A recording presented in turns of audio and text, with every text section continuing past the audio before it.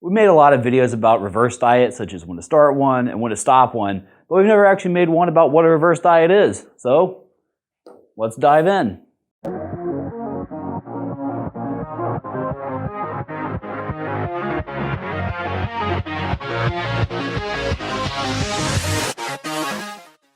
We're going to cover a few things in this video, such as the absolute nuts and bolts basic definition of what a reverse diet is, why it works, and then some really important points and takeaways that you can have when thinking about whether or not you should do one.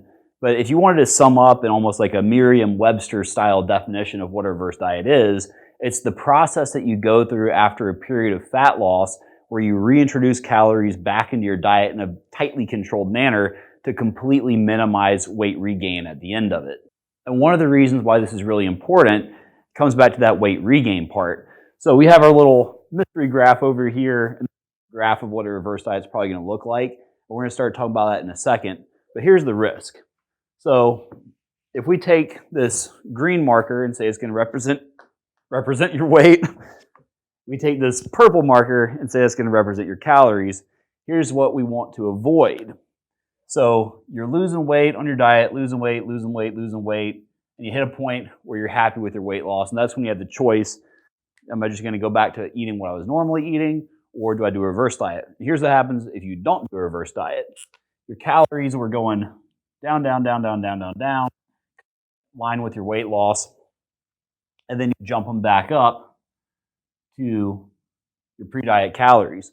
So what's happened is you've created this gap in energy expenditure between where you are now and where you end your diet. So this little gap right here is a risky zone because there's this giant discrepancy between your intake and expenditure now. And so what happens with a lot of people when they jump back up to maintenance or they just go back to eating normally, you're probably going to be hungry after an extended diet. So what's going to happen is weight will start to come back on. And a lot of people have experienced that post-diet weight regain, typically because they do something really restrictive. They're significantly cutting back on their calorie intake, and they're not doing something sustainable. So as soon as they're done with it, they want to jump back and reward themselves for losing the weight. And generally, they end up gaining it back. So here's the proper way to go about doing things, the reverse diet. So somebody is going along, they're losing weight, and they decide, you know what, I'm happy with what I've accomplished. I'd like to try to do a reverse diet now. So then they start adding calories back in a controlled manner to their diet, and as a result, their weight is pretty much going to remain stable as their energy intake is slowly increasing over time. And that's the ultimate result of what you want with the reverse diet. And you can't reverse diet forever. This is a point that we're going to harp on a little bit later and tell you why. But let's look at a couple of reasons why a reverse diet works in the first place. So the first one is all about your body, the systems that your body starts to shut off and slow down when you are in a diet phase.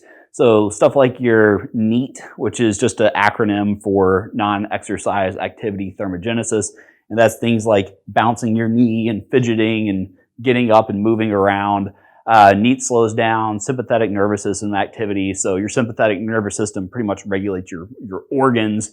And so all this energy that could be used by your organs is starting to slow down because your body's going into preservation mode and it's trying to be as efficient as possible with calories when you're dieting. So when you start slowly reintroducing calories, all those different systems that have been slowed down, it's kind of like the pre-flight check in an airplane where these little switches are getting flicked back on. Your body knows that it can use more energy, doesn't have to be so greedy and hold on to every calorie. So the first one we can call calorie efficiency. So kind of think of it as when you're dieting, your body is morphing into a Prius, and as you reverse diet, that Prius morphs into a Hummer. So you want to be as fuel inefficient as possible when it comes to your calorie intake. So the second part is your ability to train intensely. So this comes down to training. So if you've been in a long diet, odds are your ability to go to the gym, your motivation to go to the gym, and the quality of your training sessions in the gym diminishes. Because if you're on very low calories, you need energy to function, you need energy to be able to perform. So if you don't have it, all that stuff's going to go down. So as you start to reintroduce calories, the quality of your workouts should also be increasing because now you have the fuel to do it. And if you're having higher quality workouts, you're going to be burning more energy in those workouts. So another thing that plays into the whole calories in, calories out equation. So as you're gradually creeping your calories up, your ability to have calories go out is also increasing. So once again, your food intake goes up, your training is getting better. If your training is getting better, you're giving your body more reasons to build new lean body mass, which is a metabolically active tissue, which again sucks in more calories. And this is why we see so many people who follow this reverse diet process have such success with it in the long run, because they're really tapping into all different angles here. So we call this training quality. I forgot the second word. So training quality goes up. And now there's a third important point that we really want to consider here. And we've made another video about this, when like signs that you might want to stop reverse dieting, which if you're curious about that, you should definitely watch that video too. But really, one of the giant takeaways from that one is you can't reverse diet forever. So no reverse forever, right? Can't do it. I know there's some people out there who would love to be able to maintain on 10,000 calories a day, but unless your name is Eddie Hall or Hafthor Bjornsson, the odds of you maintaining that are very low. And both those dudes weigh more than 400 pounds and are super active. So for most kind of normal sized people, a 10,000 calorie maintenance is probably not going to happen. But usually before you get to the point when you're eating a ridiculous amount of calories to maintain your body weight, you're going to hit a point where you're just comfortable with what you're eating. And so that's the main thing that you want to look for as to when you're going to stop the process of reverse dieting is, you know what, am I getting enough fuel to get good quality workouts in and sustain my lifestyle? And then at the same time, am I happy with what I'm eating to maintain all the progress that I've made? And if you can answer yes to both of those questions, that's when you switch over to maintenance, and congratulations, you won.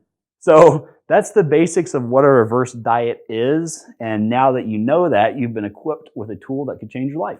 So if you've enjoyed this video, the information, content in it, be sure to hit subscribe to our channel, hit the like button because we like it when you like it, and comment below on what you might want to hear us talk about next. So until next time.